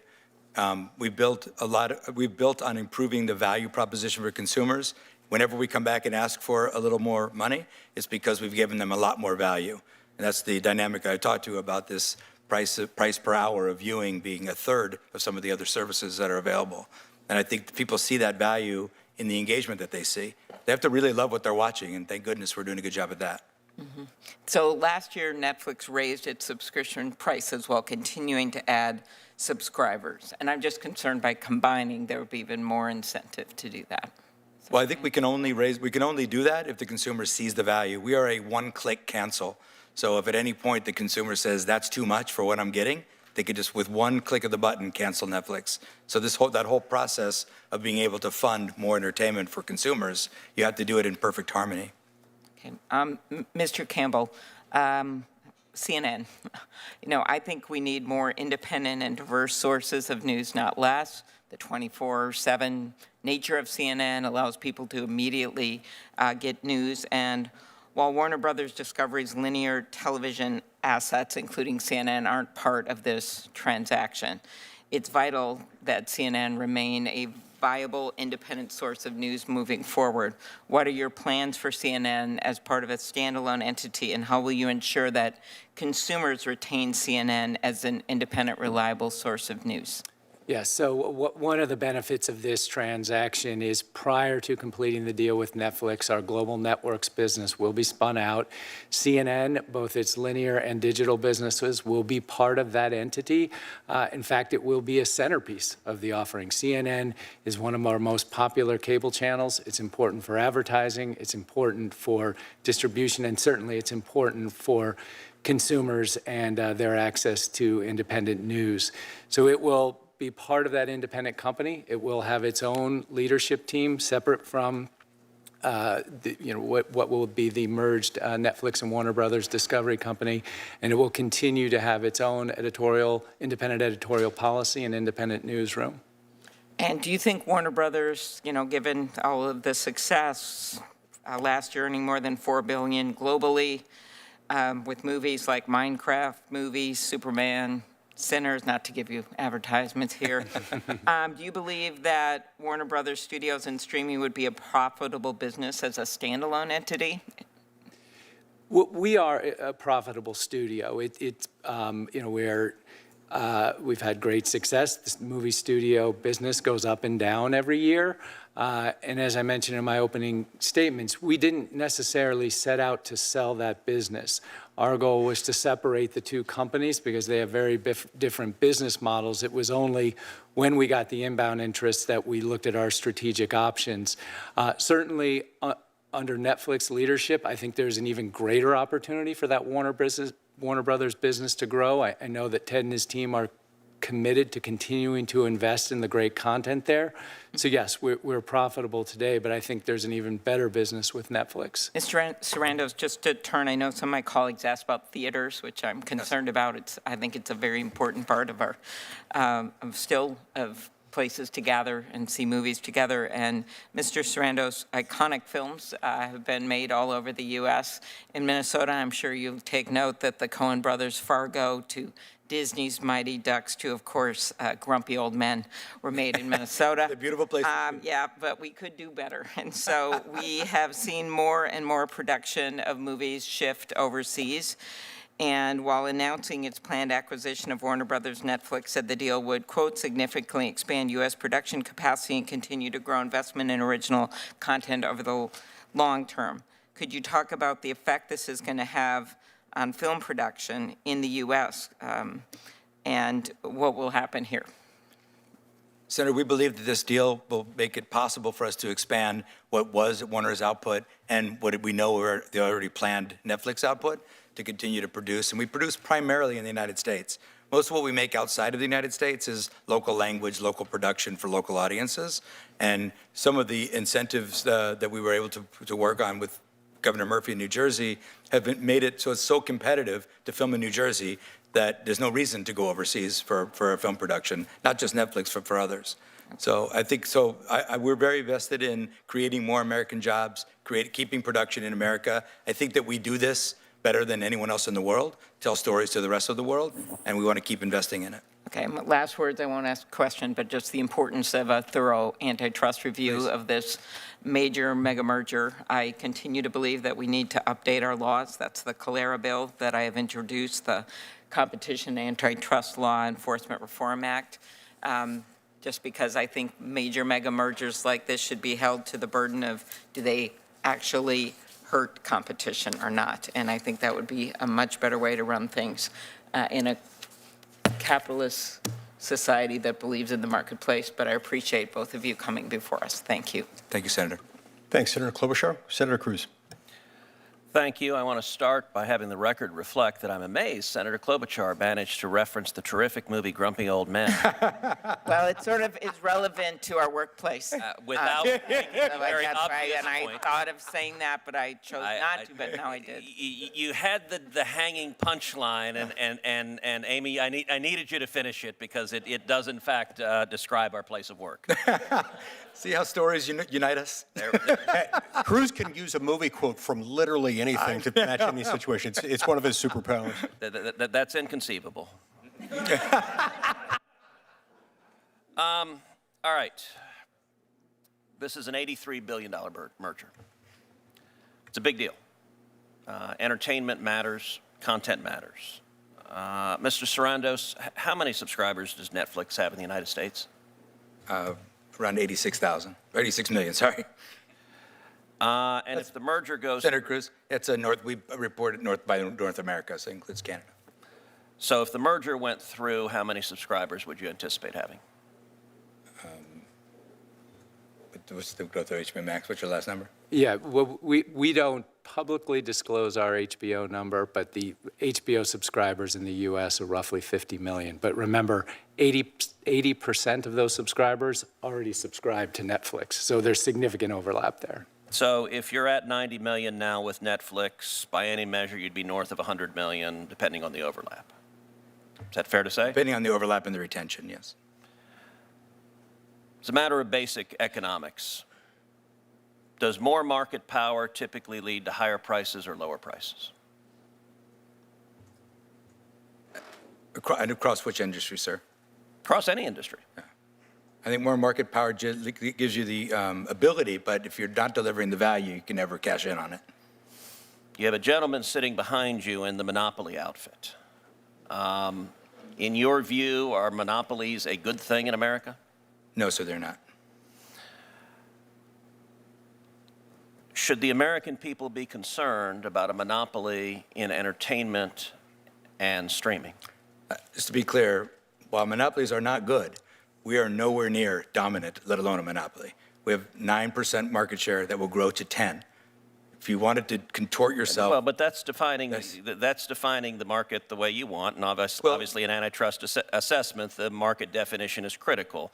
In the streaming market, paid subscription streaming, what % do you have of the market?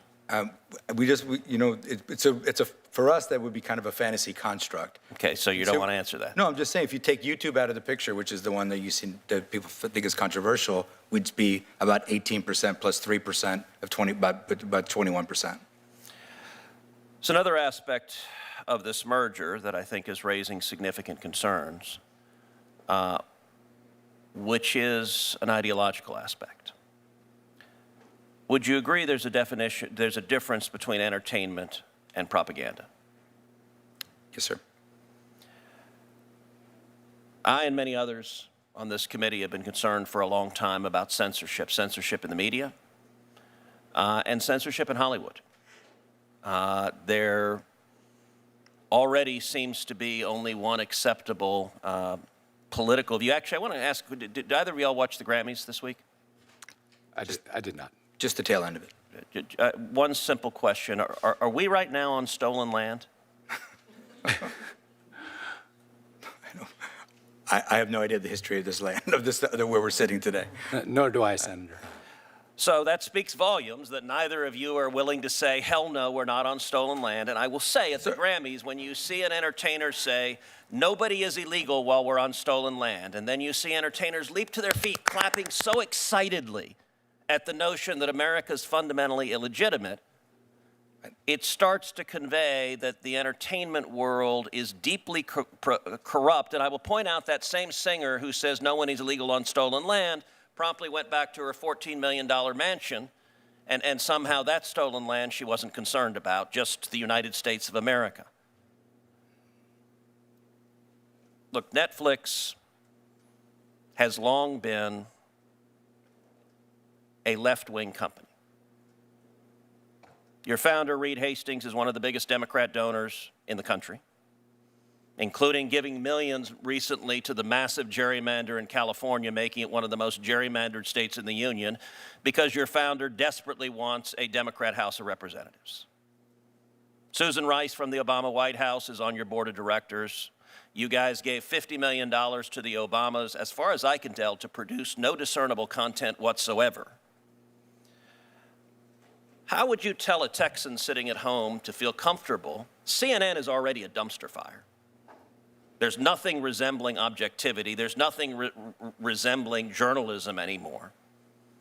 How are people at home, how should they feel even remotely confident that if this merger happens, the combined entity would not simply be a propaganda outlet pushing one particular political view with much greater market power than you have now? Well, sir, we would fail. We would fail pushing a political view or propaganda. We deliver entertainment to consumers. Our consumers see our business pretty much the way they see America. About 40% conservative, about 40% liberal, about 20% don't know.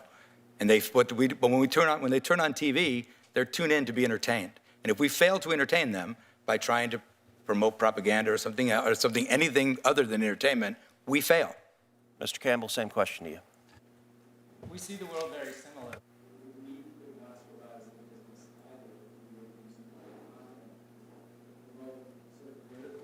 We have a very broad range of content across not only HBO Max, but all of our platforms that we need to appeal to all audiences. Our content ranges from Hard Knocks from the NFL to shows like Deadliest Catch and Gold Rush. It's a very broad collection of programming that represents broad interests across America. You have a wide range of programming on HBO. Name one program that is designed to appeal to conservatives. We don't design our programming to appeal to I can think of a lot that are designed to go to liberals. Name one. None of our shows are designed to go to any political group. They're designed to appeal to. Really, John Oliver's not designed to appeal to a certain group? It's a program for which there's. You just said none of your program is. Look, let me ask you, do you think CNN is fair and balanced?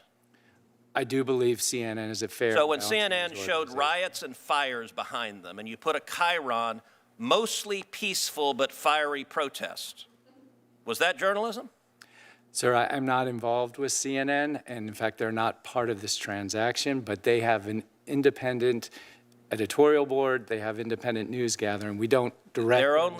They have no independence other than hating Donald Trump, which is why their viewership numbers have plummeted, because they don't actually report news. They instead engage in very biased propaganda. And I will say, the truest words you said a minute ago is when you said with respect to Mr. Sarandos, well, he and I see the world in very much the same way. That is exactly the problem, that in the world of journalism, it should not be propaganda. In the world of entertainment, there is a reason why entertainers who are even slightly right of center get blackballed in Hollywood, writers get blackballed in Hollywood, actors get blackballed in Hollywood. And I've heard nothing today to give me any confidence that this merger would do anything other than make that problem much, much worse. Thank you. Thank you very much, Senator Cruz. All right, Mr. Campbell, I want to go to you for a moment. Warner Brothers, on its official YouTube channel description, lists a few things in terms of its offering. It invites viewers to subscribe for what it describes as follows, quote, movie trailers, clips, and featurettes. But it doesn't say anything in there about full feature-length movies or television series, correct? We provide a significant amount of content to YouTube, including produced shorts. We have television, children's programming. We do not license feature films, no. Okay. So, there are some of those things on there, but you would say that's a smaller percentage, likely in the low single digits for Warner Brothers? Oh, it's hundreds of hours of programming that we provide. Oh, no, I don't doubt that. But in the broad scheme of things, in terms of all the content that is displayed through YouTube, it's a small portion, right? I mean, that's not your bread and butter for YouTube. It's not the bread and butter for this. It's a small portion, but it's an important platform for us, yes. Okay. All right. This is good to know. Now, let's. Yeah. Now we're not going to do that. You're free to be here. I was worried, by the way, when Ted was suggesting it was a costume. I had this brief moment. What if it's not a costume? What if that's just the way he dresses? But it's not. After the merger, let's assume for a minute that the merger is consummated, that it doesn't encounter any hiccups, it isn't blocked by mergers or by some other event. Post-merger, imagine that world. Netflix would control Warner Brothers film and television content library, correct? Correct. Yeah. Netflix, at that point, could choose to do with it what it wants. So despite present intentions, I mean, you're the co-CEO of one of the most successful companies in American history. Not just in history, but not just today, but ever.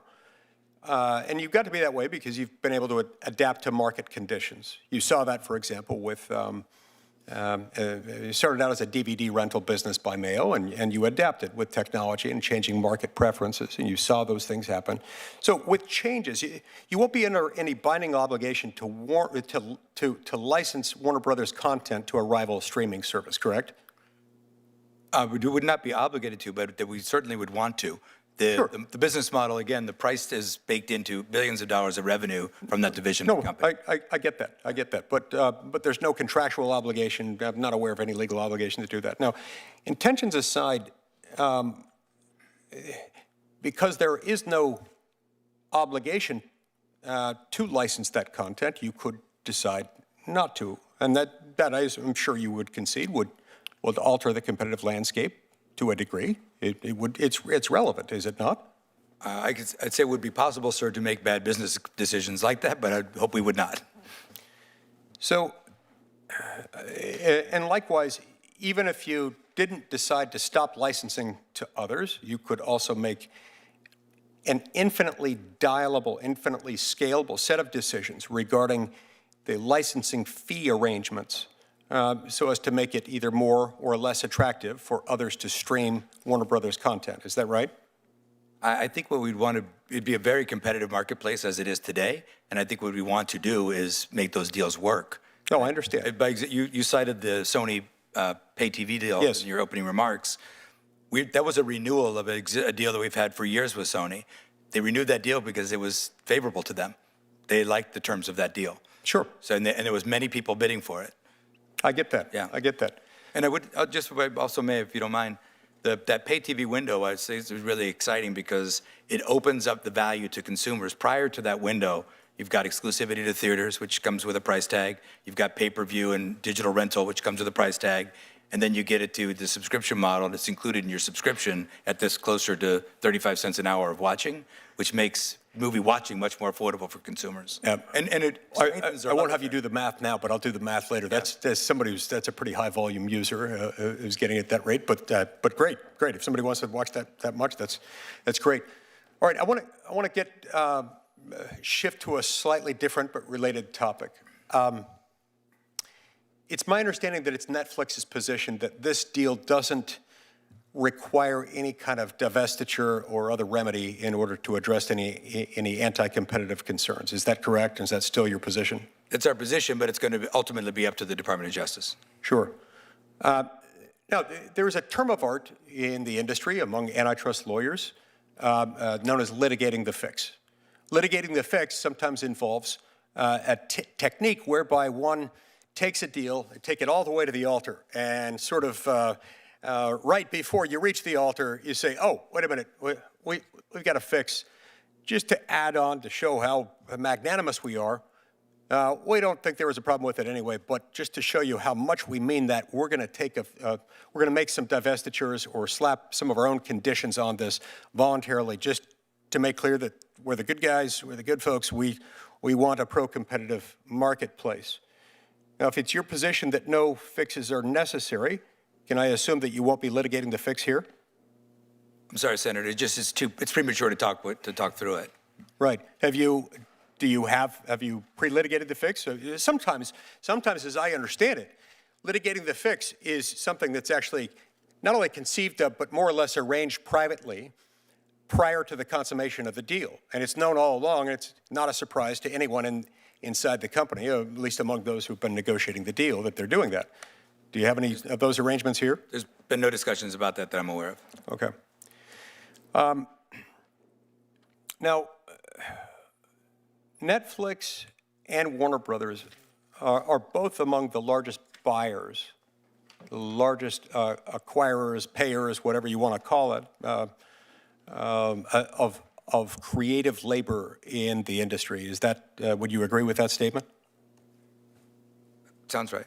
I mean, if you think about it, what we spend on programming, we spend so little on sports, so most of it is creative versus some of the other networks that might spend competitively.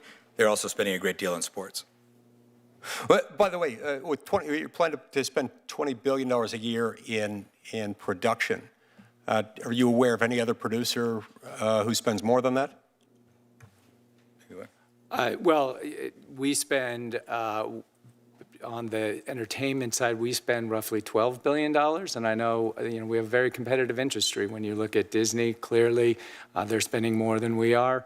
Paramount, Universal, we're all spending in the same general range. Same ballpark. Okay, that is a fair amount of money. I mean, that's almost as much as my colleagues will earmark in a particular spending bill, but it's an enormous sum of money.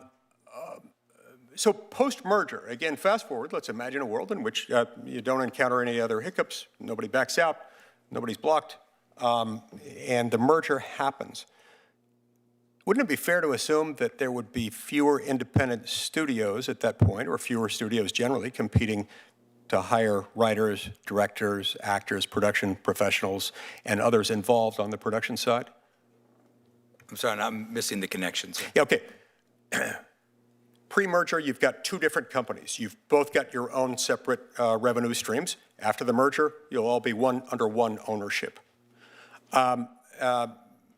And all production costs, let's say if you, I don't know what happens, I'm not asking you to divulge that here, but the two of you combined, you'll be both spending a certain amount. I would imagine it could be something involving your current production cost plans plus your current production outlay plans, somewhere in that range.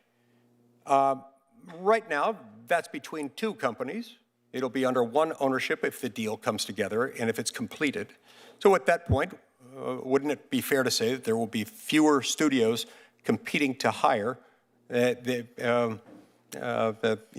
writers, directors, actors, production technicians, and so forth? Actually, in the way that we're doing this deal, we're going to keep Warner Brothers Studio, both television and film, operating exactly like they are today, so no fewer studios.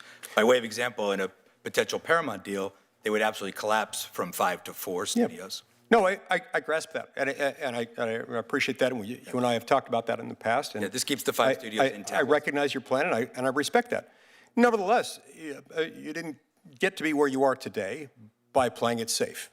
Otherwise, we'd still be back in, what's the name of the place where you worked, the video store? Arizona Video Cassettes West. It's fantastic. It's a very catchy title. I love the West on it. I've asked him in the past to repeat that several times. Yeah. Otherwise, you might still be back there. You're not content with the status quo. You see market trends. You see changes in technology and in distribution of market power. There's no guarantee that that will continue to be the case. There are all kinds of things that could change. All right, I've gone significantly over in this round. We may be back. Senator Booker, go ahead.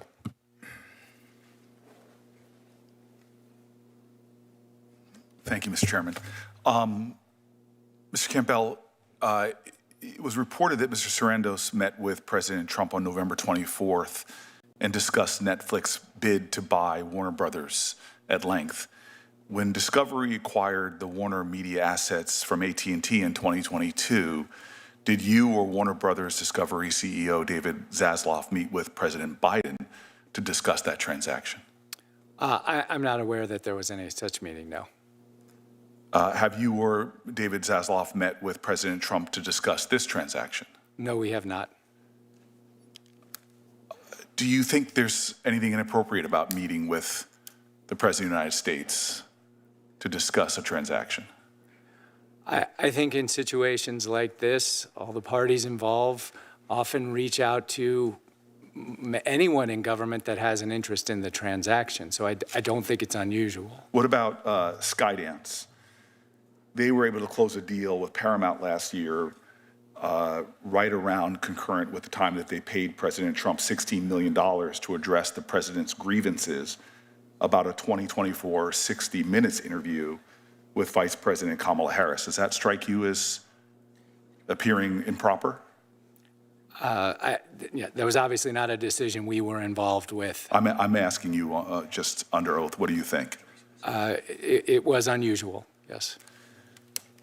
So I believe that antitrust laws should be applied objectively, that they should follow the facts. But we're in an unprecedented, or you might call it, as you used your word, unusual environment right now, where we see private organizations from universities, law firms, we're seeing corporations begin to come and make deals with the President of the United States, whether it's contributions to his ballrooms, whether it's giving him information that he is in this deal, then goes out and buys stock in those corporations. We're seeing people offer pro bono services. All, it seems to be currying favor with the President of the United States, who is exercising, as using your words, unusual sway over these deals. That strikes you as a concern, correct? We are staying focused on the regulatory process. I understand you're staying focused on that, sir, but so many people are staying focused on their narrow concerns, and they're missing the larger erosion of our democracy. Antitrust, as presidents have said in the past, is an erosion of our democracy, of the free markets, of the ideals and the principles that are very much at the center of this hearing. We are, in my opinion, in a constitutional crisis right now when you have a president who is pocketing literally hundreds of millions of dollars from the very people that he is able to make decisions about the destinies of their companies. Mr. Sarandos, it was reported that you met with the President Trump, for more than an hour on November 24th, which was less than 2 weeks before Netflix announced that it won the bidding war to acquire Warner Brothers, within days that the President of the United States bought a significant amount of your stock. The reporting indicates that much of the conversation covered Netflix's bid to buy Warner Brothers, and that you left the meeting with the impression that President Trump wasn't opposed to the deal. What did the president have to say in that meeting about the proposed transaction? Senator Booker, Senator Booker, I can't speak to the reporting because I'm not sure what you're referring to, but I will tell you that I have met with the president a few times. We have talked about the state of the entertainment industry in general, production economy, runaway production, the value of incentives, the cost of tariffs, all the different ways that we can protect and create American jobs. I think it's wholly proper for the President of the United States to talk to leaders of industry about the industries that they're running. The deal was not discussed. The merger deal was not discussed at all in the meeting? Of course, he asked for what was going on, how was the deal going. I gave him some general overview of what we were doing, and that was it. It was a very small part of the entire meeting. It was not a meeting specifically to talk about the deal. Did you feel that President Trump wasn't opposed to the deal?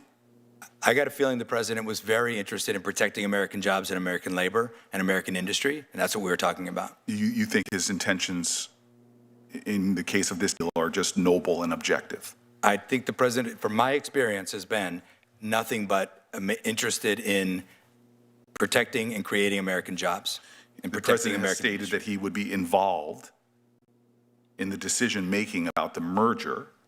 Do you think it's appropriate for the President of the United States to be involved in a Justice Department merger review? I have confidence in this case on the merits and that it will be run by the Department of Justice. But that's not what I asked. I asked you, do you think it's appropriate for the President of the United States to be involved in a merger review? I don't know if he's involved or not. So what I'm saying is that this merger stands on its merits and will be reviewed by the Department of Justice, and that is the proper channel. Do you think it's appropriate for the President of the United States to buy stock in a company that's going through a merger that's going to be reviewed by the Justice Department, in which he says he will be involved in? Yeah, I really cannot comment on the president's personal finances. I don't understand. I don't know. I think you could comment on whether you think it's appropriate. What about me? I've told you before, I sold my Netflix stock Yeah. when I came to Washington. Was that appropriate that I did that? I think any kind of trading like that would be definitely worth questioning. Would be inappropriate for me right now to be in this hearing as my position to be trading in stock. I think no one with insider information should be trading stock. So why is it hard? Wouldn't you agree then that the President of the United States? I don't know that he bought stock or I've heard him reporting all day. But it would be appropriate if he did do that, yes? I don't think anyone with access to private inside information should be trading in stock. Do you think merger reviews should be in any way political? No, I do not. I believe that they should be overseen by the Department of Justice and to protect consumers. I think that's one of the core challenges we have right now in our country is that we have major society impacting mergers like this being done by a Justice Department, overseen by a president who seems to take personal tribute, whether it's people settling ridiculous legal cases from media companies, where he and his family get direct payouts from those companies, where he's literally buying stock within days of having private conversations that were not public with leaders like yourself, where the president has insinuated time and time again that these are not for the independent Justice Department, but are for him. That is clearly happening in the context where we have a corrupt political system where nobody on this dais or the people behind you in the public know whether you've made contributions to political organizations because we don't have disclosure laws that would allow us to even know if corporations like yours are contributing to the very politicians who seem to be wanting to exercise sway over the process. I got to assure you, Senator Booker, there was no request or any offer that had anything to do with this deal in that conversation. Yeah, I appreciate that, and I take your word at it because I've said multiple times, you're a person of remarkable integrity, and I've found you that way.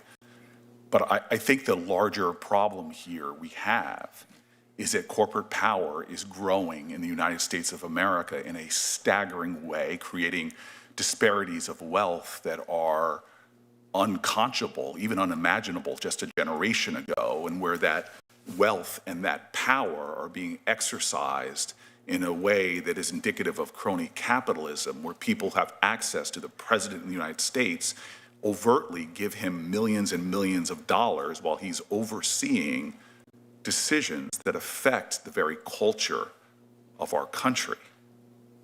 We are in a distraught moment as corporate power grows, as consolidation continues, where those who make decisions don't even hide their corruption anymore, where even the two of you before me are saying that these things are, quote, unusual or even unacceptable. It's being done in open air. The President of the United States is trading in your stock, and he is telling us clearly that he is going to hold sway over these decision-making. I tell you, and I've told you, that I'm hearing from parties who are expressing fear, and that fear comes not just from their self-interest, but about what our society is spiraling towards as wealth becomes more concentrated, as corporate power and their ability to sway the decisions of politicians becomes greater and greater. How politicians on both sides of the aisle, in this body, in the House of Representatives, and clearly the White House, trade on insider information, trade stocks, make profits off of moments like this. It should anger every American that they want balls and strikes called by a Justice Department. But merger after merger, it seems like the interests of the people are not being served. I am grateful for the two of you coming here. I said at the top, it's not an easy thing. Thank you, sir. And it's in a context that is not of your making that should rightfully merit the ire of a nation, that we have a country that's becoming this overtly corrupted. I pray, because the stories, especially Ted, that you've told, are what my life has been about. I'm here because my father sat in a segregated balcony as a child watching a movie about a man in a place that looked like a planet far away from him. Never seen anything like it before. It was a place called Manhattan. And he watched a salesman make extraordinary success out of his wit and his strength of personality. And my father said he would never have imagined, as that little black boy in a segregated theater, would one day be IBM's first black salesman in this whole region, and then literally move his family, move me, a 2-month-old, to New Jersey. And he used to tell me, watch art. Watch the artists. And so my dad grew up in a very different capitalist system than we have right now. IBM back then, their allegiance wasn't just to shareholders.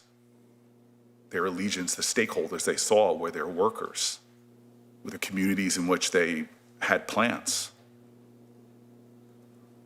The disparities of income weren't what they are now. The corporations weren't considered people by our Supreme Court. They couldn't influence our politics like we see now. And so I just want to thank the chairman. He has been a great partner. I take it at your word, the affirmations you've made today. I worry about our society, though, and I worry about the context in which this merger is going to be evaluated by actors I do not think are independent and that brandish their corruption with bravado, brag about their wealth. We have to stop what's happening in America right now. The trends are disastrous, but that does not fall in the laps of two companies that are trying to imagine something better, perhaps. So I want to say that there'll be questions from me for the record. I think it's really important that we gather as much information as possible.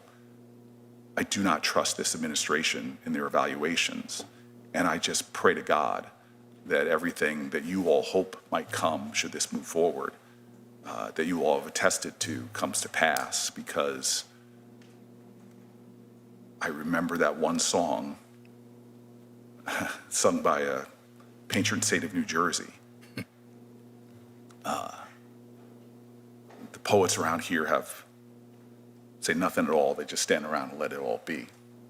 If we lose our poetry, if we lose our art, if we shut out artists, I worry about people like my dad, who are now kids, looking for some seed of inspiration that can fuel their dreams so that they can create an America beyond that which we can see right now.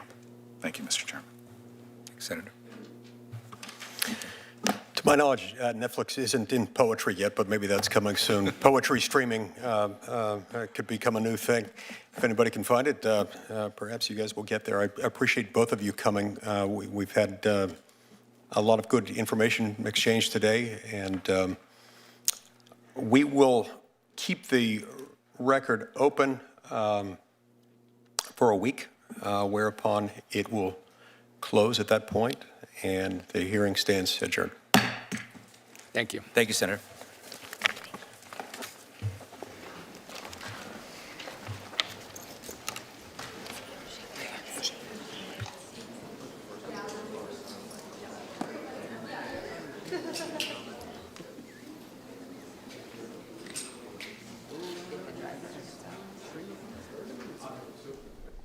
On Wednesday, Treasury Secretary Scott Bessent testifies on the state of the U.S. financial system and Trump administration economic policy. It'll be the first of two hearings Secretary Bessent is scheduled to appear at this week on Capitol Hill. Watch the House Financial Services Committee hearing live at 10 a.m. Eastern on C-SPAN 3, C-SPAN Now, our free mobile app, and online at cspan.org.